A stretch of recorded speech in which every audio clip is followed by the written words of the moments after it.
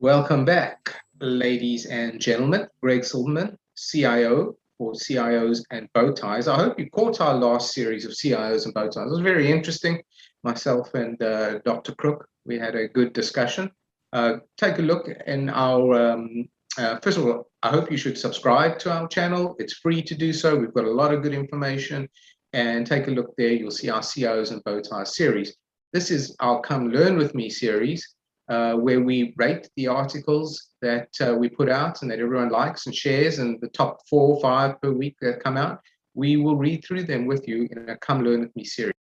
This one is very, very interesting for me. It's called There Are No New Eras. Bob Farrell's rules remind traders excesses are never permanent. And I like this. I'm a real behavioral psychology nerd, so this really leans towards that. So okay, that's an advertisement. All right, let's go down. Let's check it out. Bob Farrell, Wall Street legend, created his own set of commandments. His guidelines provide a foundation to help investors reap and retain market rewards by better understanding the risks.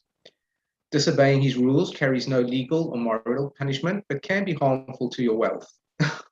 Harmful to your wealth, get it? Bob has over 50 years of experience and excellent mastery of psychological factors which drive markets. He is supposedly the first to use the now common word sentiment to help describe market psychology.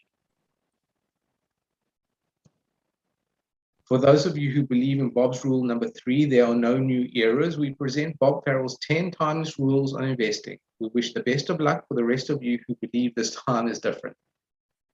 This article explains his rules and notably contemplates them in today's environment. You will not be surprised to learn that the market is breaking many of Bob's golden rules. Markets tend to mean revert over time. Reversion to the moon. One thing at a time. All right, let's highlight that. Reversion to the mean is the iron rule of the financial markets, John Bogle. Asset prices typically follow trends. Those trends can be up, down, or sideways. They can also be straight or diagonal lines or even oscillating lines. Trends are often linked to fundamental or technical factors. At times, investors are greedy, pushing prices well above trends. Similarly, investors can be overly cautious and prices fall below trends. Bob's first rule reminds us of a rubber band stretched too far. When prices are highly deviated from their trends, like a stretched rubber band, they tend to snap back and usually in a hurry. A well-followed example is how stocks and indexes trade around their 200-day moving averages. The graph below shows the range in which the S&P 500 consistently trades above and below its 200-day moving average. It's quite uncommon for most stocks and indexes to travel more than 2 standard deviations from the 200-day moving average.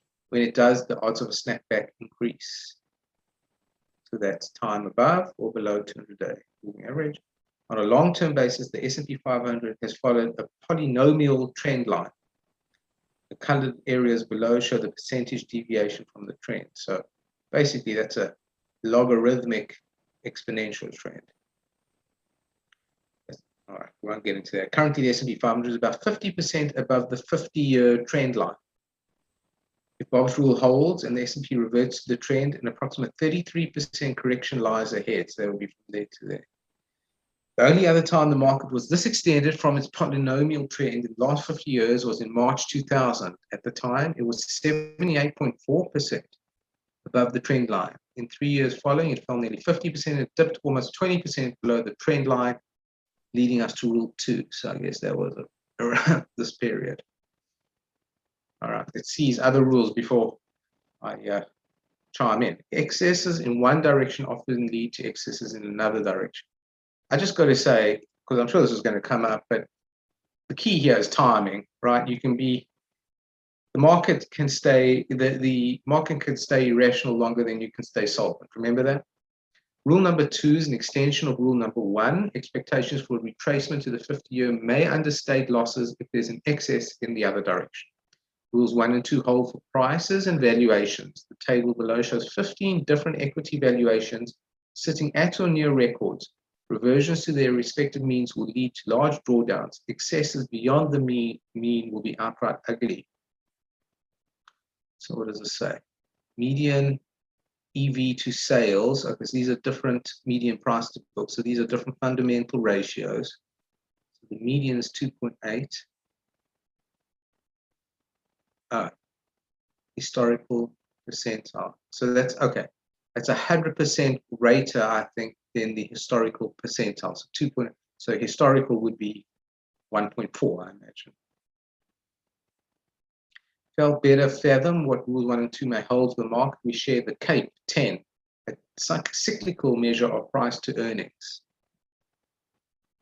All right.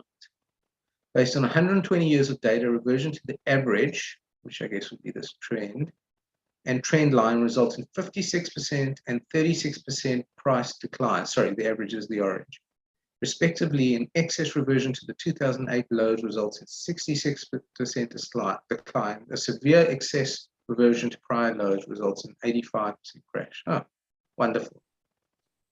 To every action, there's an opposite and equal reaction. So Isaac Newton. All right, rule number 3. There are no new eras. Excesses are never permanent. I think I like this one a lot.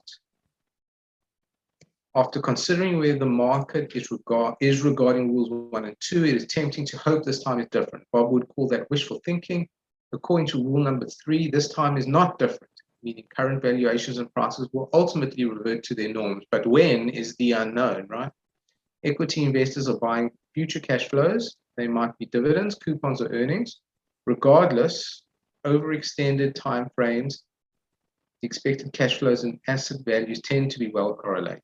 Over short periods, however, optimism and pessimism, remember these are emotions or sentiment, create deviations between economic reality and valuations. I know this is stating the obvious, but I just love, it seems like people don't give sentiment enough props. The Buffett indicator is Warren Buffett's favorite tool for comparing market valuations to economic activity. His simple measurement is the ratio market cap of the S&P 500 to GDP, gross domestic product. If earnings and economic growth are adequately reflected in stock prices, we should expect the S&P 500 to rise in line with the GDP. The ratio in such case would be a flat line. The graph below shows the ratio oscillates around the trend. Currently, the diagram implies 55% correction to normalize the indicator. Warren Buffett would be bearish, I see. Exponential, rapidly rising or falling markets usually go further than you think, but they do not correct by going sideways. All right. Check out our uranium article from moneyweb.co.za.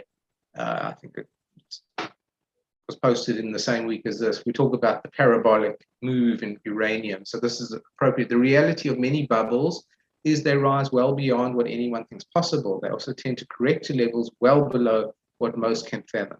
The graph below highlights the emotional stages and price action of a typical bubble pattern. Stealth phase, takeoff, awareness, smart money, institutional, brave money, let's call it. Institutional investors, first sell-off, bear trap. Media attention, enthusiasm, public gets in, greed, delusion, new paradigm, it's never going down. Oh no, it went down. Denial. Okay, it's going back up, not a problem. Fear, capitulation, despair, lower phase. Okay.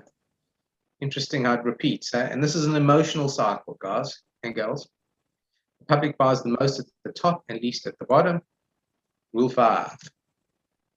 Let's just check. Is this another marathon article? No. We're nearly there. Stick with us. We're nearly there. Okay. Like it or not, retail investors, aka the public, are often called dumb money. Take it for what it's worth, as the saying was made by professionals or so-called smart money. Bob's rule is logical, as the public is usually more susceptible to psychological factors. Greed often gets the best of us. Think about how hard it is to sell a stock when it's up 50%.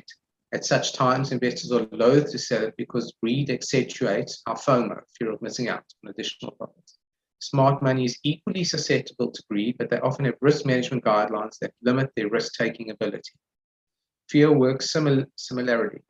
An adage on Wall Street says investors are the only type of consumers that do not want to buy when prices go on sale. The fear of even lower prices is powerful, especially in larger rounds when valuations make sense again. Currently, retail investors are having a field day per JP Morgan, courtesy of Zero Hedge. The estimated retail investor net flow into US equities and ETFs from this methodology has been hovering at a very high $700 million per day.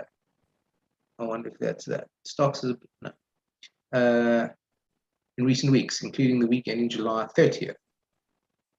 Let's just see when this article is from. Might be a little dated, although even if it's dated, August 11th, not so far away. Even if it's dated, these are time-worn lessons. So as a result, the monthly net flow for the month of July rose to a new record high of 15 billion, surpassing the previous record high of 10 billion in June. So all the Robinhood traders, this graph below shows the public has more invested in this market than any other time in at least 70 years. Wow. There you have it, folks, guys and girls. I appreciate it. So looks like you need to buy yourself a warm jumper and get protected.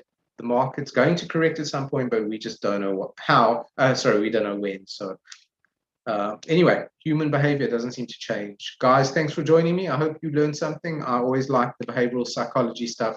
Join me for another Come Learn With Me soon. Greg Silverman, your CIO from the Great Wall of China, out for now.